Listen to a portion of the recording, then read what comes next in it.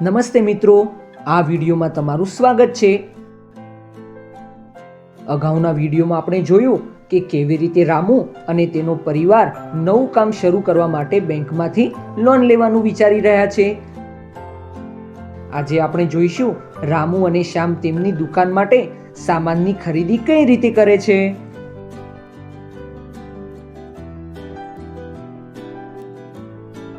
ચાલો હવે આપણું કામ તો શરૂ થઈ ગયું। આજે મારે મારી દુકાન માટે સામાન લેવા બજાર જવાનું છે, તેથી મેં સામાનનું એક લિસ્ટ બનાવ્યું છે। પપ્પા, તમે કેવી રીતે નક્કી કર્યું કે તમને સ્ટેશનરીનું કામ ચાલુ કરવા માટે કેટલા રૂપિયાની જરૂર છે? બેટા, જ્યારે આપણે કોઈ કામ ચાલુ કરીએ છીએ તો કામમાં આપણે જરૂર પડતી વસ્તુઓનું લિસ્ટ બનાવીએ છીએ, જેથી આપણને ખબર પડે કે આપણે કામ ચાલુ કરવામાં લગભગ કેટલા રૂપિયાની જરૂર પડશે। જેમ કે મેં આ લિસ્ટ બનાવ્યું છે। આ લિસ્ટમાં મેં સંખ્યા તો લખી લીધી છે, બસ કિંમત લખવાની બાકી છે।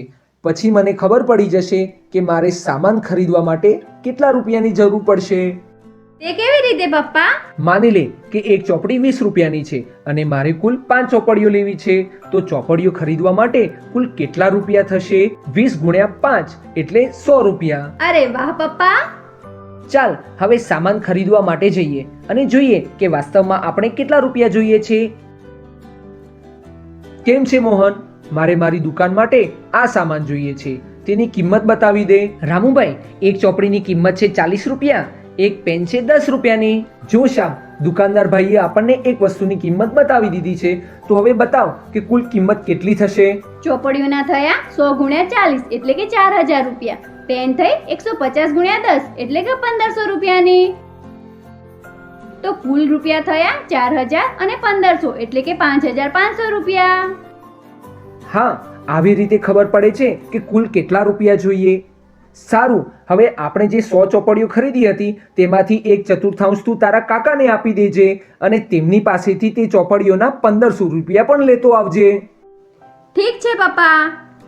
પણ પહેલા તું મને બતાવ કે તું તેમને કેટલી ચોપડીઓ આપીશ। તમે ઈચ્છો તો વિડીયોને અહીં રોકીને વિચારી શકો છો।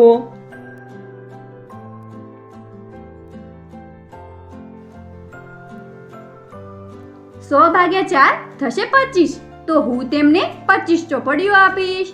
પણ પપ્પા, 25 ચોપડીઓ તો 1000 રૂપિયાની થઈ અને આપણે કાકા પાસેથી 1500 રૂપિયા લઈ રહ્યા છીએ। હા બેટા, આ તો નફો છે।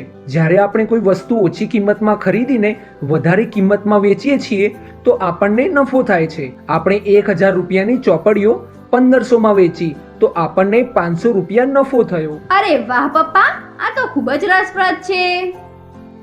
ઘરે આવતા આવતા શ્યામ કરિયાણાની દુકાને ઊભો રહ્યો। તેની મમ્મીએ તેને 4 કિલો લોટ ખરીદવાનું કહ્યું હતું, જેના માટે તેને 200 રૂપિયા પણ આપ્યા હતા। દુકાનદારે તેને કહ્યું કે 1 કિલો લોટની કિંમત 45 રૂપિયા છે। શ્યામને લાગ્યું કે તેની પાસે રૂપિયા ઓછા પડશે। તમને શું લાગે છે? શું શ્યામ 4 કિલો લોટ આપેલા રૂપિયામાંથી ખરીદી શકશે કે એને રૂપિયા ઓછા પડશે? વિચારો વિચારો। તેના માટે તમે વિડીયો રોકી પણ શકો છો।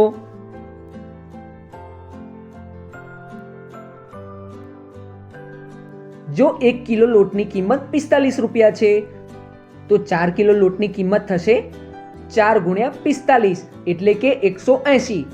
એનો મતલબ એ કે શ્યામ 4 કિલો લોટ આપેલા રૂપિયામાંથી સરળતાથી ખરીદી શકે છે અને તેની પાસે 20 રૂપિયા પણ વધશે। આ વિડીયોમાં આપણે શ્યામ અને રામુની સાથે શીખ્યા કે કેવી રીતે આપણે કુલ કિંમત અને નફાને શોધી શકીએ છીએ। આભાર।